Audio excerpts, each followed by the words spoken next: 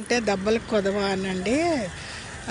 ఇప్పుడు 40 ఇయర్స్ ఇప్పుడు 86లో ఇక్కడ ఏదో బ్రిడ్జి పడుతుందన్నారు.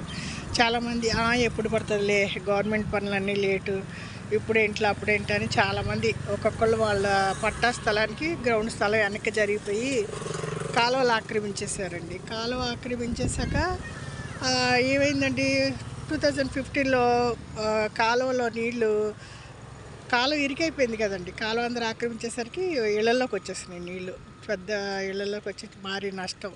దాంతో ఏమైందండి, గవర్నమెంట్ దృష్టి మళ్ళీ ఈ కాలువల ఆక్రమణలన్నీ తొలగించారు. 5-6 ఏళ్ళ నుంచి కాలువల ఆక్రమణలన్నీ తొలగించి ఇదేదో ఫ్లైఓవర్ వేస్తున్నారండి. ఒక ప్రాజెక్ట్ స్టార్ట్ అయ్యేది అది బిల్లులో ఉంటుందండి. అది టైం వచ్చినప్పుడు కంపల్సరీ వాళ్ళు అమలు చేస్తారు. ఈలోపు గవర్నమెంట్ స్థలాలు కాలువలు ఆక్రమించి ఇల్లు కడతా అండి, నీళ్ళు వచ్చినప్పుడు మనమే నష్టపోతున్నాం. ఇప్పుడు ఆక్రమణను తొలగించేశారు. ఎప్పుడు అండి కాలువల్లో అట్లా ఇల్లు కట్టకూడదండి, మనకి ప్రమాదం. అది తప్పండి. మిగతా వాళ్ళకి కూడా ఫ్లడ్ వాటర్ అంతా ఊరి మీద పడిపోతుంది. ఎక్కడైనా స్థలాలు కొనేప్పుడు 1-10 సార్లు చూసి కొనుక్కోవాలి.